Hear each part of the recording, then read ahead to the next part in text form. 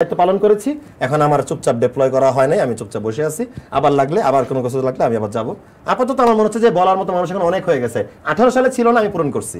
এখন 20 জন আছে, আমি বসে থাকলেও হবে। আমার তো লাইক কমেন্ট শেয়ার লাগবে না, বহুত আছে লাইফে পাইছি আলহামদুলিল্লাহ। আলহামদুলিল্লাহ। তবে একটা বিষয় একটু জানতে ইচ্ছে করছে, ইউটিউবিং করে বেশি আয় করা যায় নাকি আসলে নাটক সিনেমা করে? নাটকের বান্ডিল এত মোটা, ইউটিউব থেকে 5 টাকা আসে না। আপনি আমার চ্যানেলে যদি দেখাই, আমি আমার সেটিংসে $8 আছে। $8 দিয়ে তো আমার পার ডের খরচই $8 বেশি। কিন্তু ভালোভাবে করলে আসতো না? ভালোভাবে করলে কেন আমরা তো দেখেছি যে রাফসানদার ছোট ভাই একটা গাড়ি কিনে ফেলেছে এবং তার মাকেও দিয়েছে, এটা আমরা তো সেগুলোও দেখেছি। এটা কিন্তু শুধু ইউটিউবের টাকা কিনে নাই, এরকম অডিটরি কিনতে গেলে আপনাকে 10টা ইভেন্টে যেতে হবে, 5 লাখ টাকা করে পেমেন্ট পাইতে হবে, ব্র্যান্ড এন্ডোর্সড হইতে হবে, ক্লোদিং এর ব্র্যান্ড আছে ওর, ও ব্লু ড্রিঙ্ক বের করলো, মানে আরো 10টা জায়গা।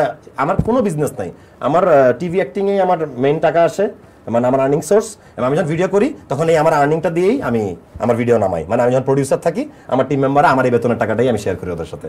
সো আমার একটাই আর্নিং সোর্স, আমার একটাই ব্যয়ের সোর্স, মানে যেই ম্যাঙ্গো স্কোয়াড।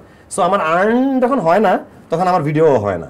মানে আমি তো ছেলেবেলকে মাগনা কাজ করতে পারি না, ক্যামেরা যে ধরে তার তো একটা মিনিমাম পেমেন্ট আছে, এডিট যে করে মিনিমাম পেমেন্ট আছে, এটা হচ্ছে টিম আমারটা। সো ওই জন্য আর কি ভিডিও করা হচ্ছে না। তবে আমি এই সোশ্যাল ইস্যুস নিয়ে আমি ব্যক্তিগতভাবে ফেসবুকে কথা বলে যাব, টিম নিয়ে ভিডিও করতে ইচ্ছা করতেছে না। তবে যদি প্রয়োজন পড়ে, আমি বললাম তো, আমার মন যখন বলবে যে লাগবেই, আমি কালকে শুট করব উইথাউট এনি নোটিস আর কি। মানে আমার মন যখন চাবে যে এটা এখন আপলোড দেওয়া লাগবে, কথাবার্তা ছাড়াই আপলোড হবে। এই মুহূর্তে আলাদিনের আশ্চর্য প্রদীপ পেলেন এবং সেখানে বলা আছে ওটিটি নাকি সিনেমা, কোনটা এই মুহূর্তে করতে চায়? আমি ওটিটিতে করতে চাবো। সিনেমা করবেন না? না, সিনেমা করার ইচ্ছা নেই? ইচ্ছা আছে, কিন্তু আমি আমার নিজের ফার্স্ট চয়েসটা আগে বললাম। আচ্ছা, ধরেন আপনি সিনেমা যদি বাছাই করতেন, আর সেই সিনেমাতে আপনার বিপরীতে কোন নায়িকাকে এখন সবচেয়ে বেশি যোগ্য মনে করেন, বা আপনাদের জুটিটা অনেক বেশি সুন্দর? সিনেমা যদি করি, obviously I will go for Tania বৃষ্টি। ওর মতো ভালো অভিনেত্রী তো সিনেমার নায়িকাদের মধ্যে। আমি সিনেমাতে নায়িকা কারোর সাথে অ্যাক্টিং করতাম না। আমি আমার নিজের নাটক জগতের কোনো নায়িকাকে বলতাম যে আমাকে হেল্প করো ভাই, আমার সাথে পেয়ার আপ করো ভাই, পায়ে ধরি।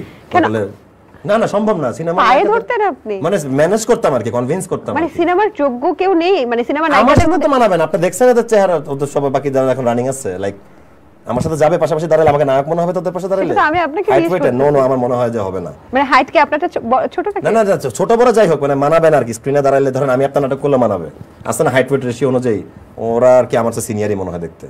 বা একটা অপশন দিতেন, আমার একটা নায়িকার নাম বলতেন, তাও যদি ভাবতাম আমার কারো এরকম। আচ্ছা, আমি কি বলবো? বলেন একটা নাম বলেন দেখি।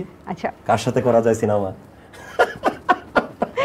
অপু বিশ্বাস, বুবলি, পরিমণি, পূজা চেরি। এখন যে 4টা নাম বলছেন এর মধ্যে তো Puja Cherry, I will go for Puja Cherry. 4 জনের মধ্যে অ্যাট লিস্ট ইয়াঙ্গার মানাবে। আর বাকিরা কি বয়স্ক? তা আমার সাথে আমার তুলনায় বয়স্ক না?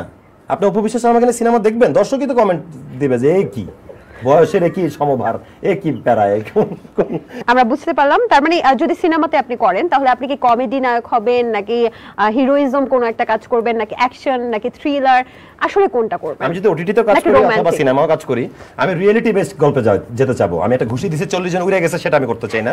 আমার গায়ের শক্তিতে যে একজনের ধাক্কা দিলে যতদূর পরে আমি ততদূর দেখতে চাই। আমি একটা বাস্তবসম্মত এবং যেহেতু একটা সুযোগ পাচ্ছি নাটকের, একটা সিনেমা করার সুযোগ পাবে, ইটস এ বিগ প্লেগ্রাউন্ড আছে না। ছোট ছোট পাড়ায় খেলতাম, এখন জেলা পর্যায়ে সুযোগ পাইছি, বিভাগ পর্যায়ে সুযোগ পাইছি। আমি এটাকে I will make it happen. আমি তখন সোশ্যাল মেসেজের একটা মানে একটা যেন অর্থ বহন করে এমন একটা সিনেমায় কাজ করতাম, যেটা 20 জনের মনে হলো মিনিমাম দাগ কাটবে, 2 লক্ষ মানুষ আস্তে আস্তে জানবে, এরকম একটা বিষয়।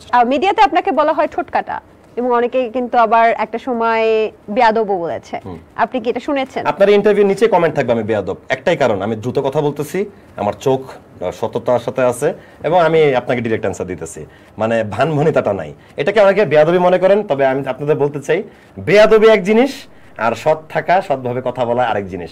ঢাকা গাইজ বেশি পপুলার, নাকি ম্যাঙ্গো স্কোয়াড বেশি পপুলার, নাকি আজাইরা লিমিটেড বেশি পপুলার? 3টা চ্যানেলেরই 3 রকমের দর্শক আছে, আবার কমন দর্শক আছে। ঢাকা গাইজ বেশি পপুলার, কারণ ওখানে 6 জনই 7 জন আছে যারা পাবলিক ফিগার, নিজেদের হিমসেলফ তারা পাবলিক ফিগার, মানে